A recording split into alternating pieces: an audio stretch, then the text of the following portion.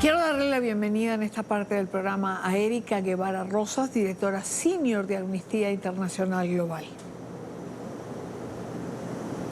Muchas gracias, Idania, siempre por el espacio. No, un gusto tenerte, Erika.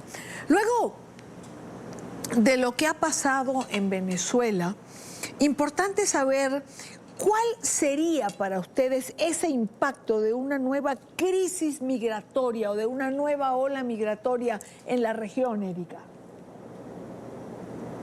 Bueno, Idania, yo creo que es importantísimo mencionar que lo que está pasando en Venezuela en este momento es la profundización de una crisis en derechos humanos, la profundización de una política sistemática y generalizada de represión y violencia estatal que ha instaurado el gobierno de Nicolás Maduro en contra de la población venezolana. Y eso ha sido la causa por la que millones de personas venezolanas han escapado de su país en los últimos años. Con la profundización de la crisis, lamentablemente, se ven escenarios complejos de movilización de personas a través de la frontera con Colombia o intentando escapar del país de la manera que puedan. Lamentablemente sabemos que las rutas son limitadas, sabemos que las rutas cada día son más peligrosas. Por ende, hemos hecho un llamado a las autoridades, no solo de Colombia, pero de otros países de la región, para que refuercen, articulen mecanismos de protección para las personas que en este momento estarán escapando de las masivas violaciones a los derechos humanos que ocurren en Venezuela, perdón.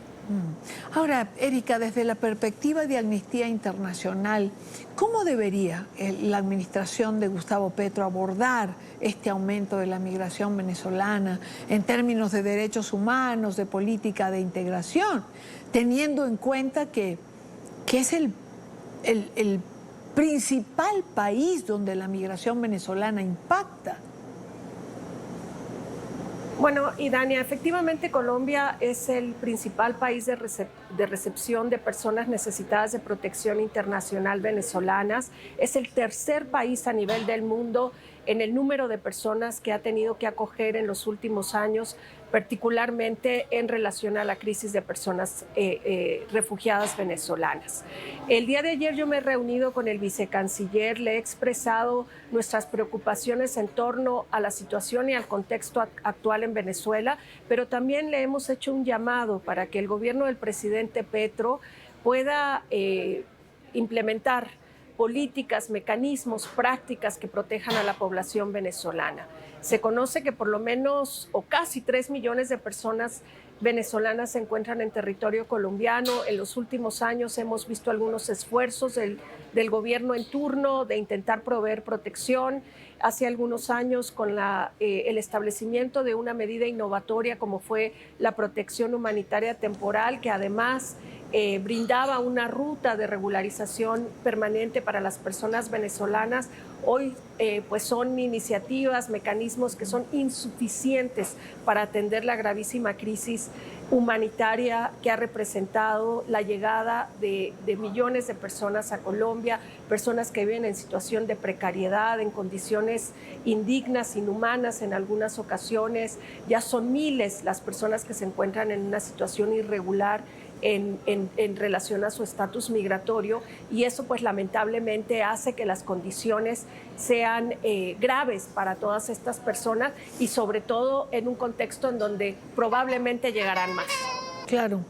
Erika, Colombia ya no es el país que acogió ese éxodo venezolano en 2018.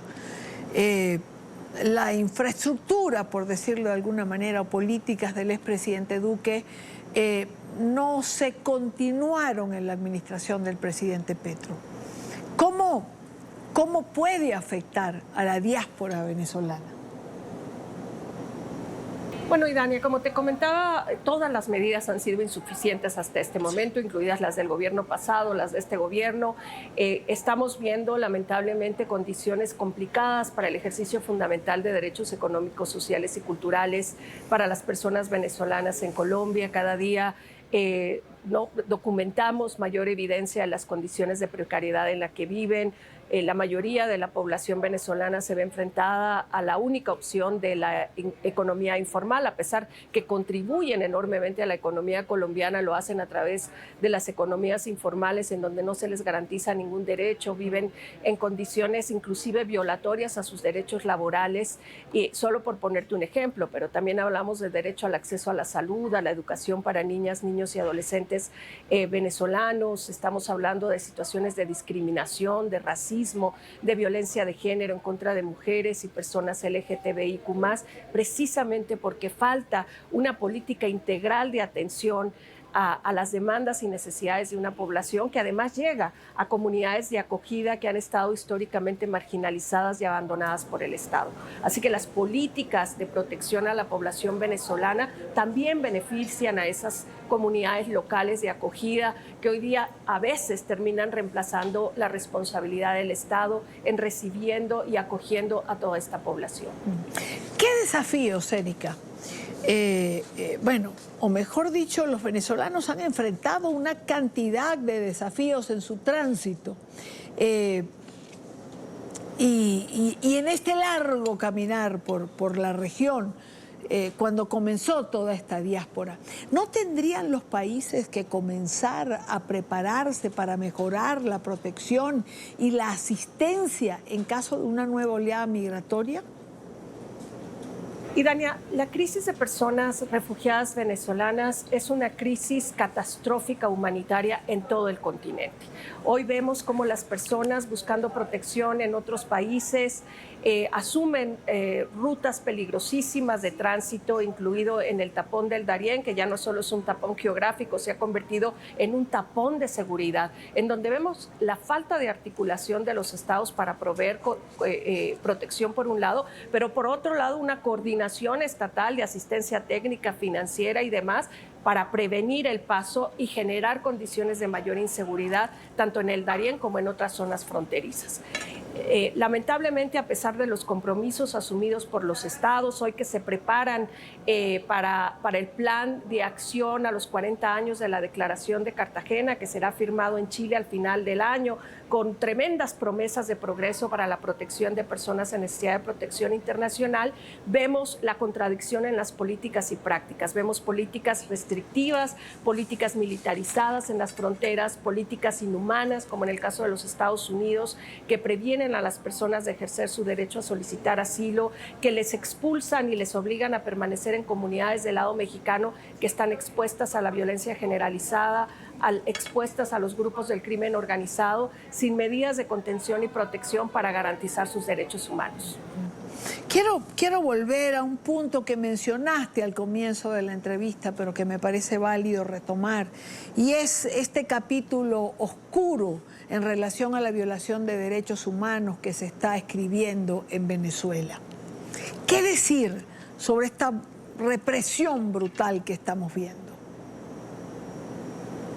Bueno, como te comentaba, Idania, lo que está sucediendo hoy día en Venezuela es la profundización de una crisis en materia de derechos humanos. La crisis política ha sido una excusa para el régimen de Nicolás Maduro para seguir cometiendo graves violaciones a los derechos humanos y crímenes de lesa humanidad.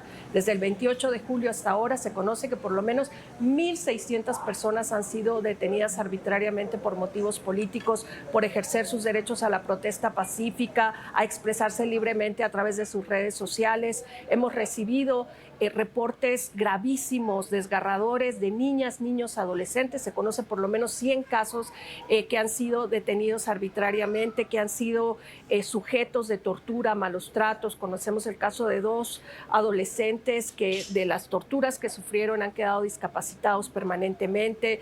Historias desgarradoras de familias que intentan buscar a sus seres queridos en estos centros de detención, estos centros de tortura, y no tienen información. Se conoce que por lo menos 25 personas han perdido la vida por el uso de la fuerza letal por parte de las fuerzas de seguridad de Nicolás Maduro.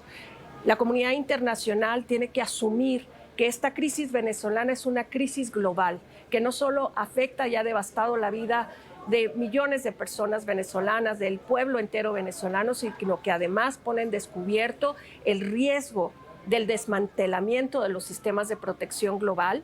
Venezuela es el único país del continente que tiene una investigación abierta ante la Corte Penal Internacional, que tiene establecido un mecanismo de Naciones Unidas, que es la misión de determinación de los hechos para colectar esta evidencia, y que sin embargo y con todos los esfuerzos seguimos viendo estas gravísimas violaciones a los derechos humanos. Quiero agradecer a Erika Guevara Rosas, directora senior de Amnistía Internacional, por estar con nosotros estos minutos. Gracias por acompañarnos. Y Dania, muchas gracias a ti como siempre por el espacio, gracias a la audiencia que continúa informándose sobre esta terrible situación, y gracias a ti por toda la labor.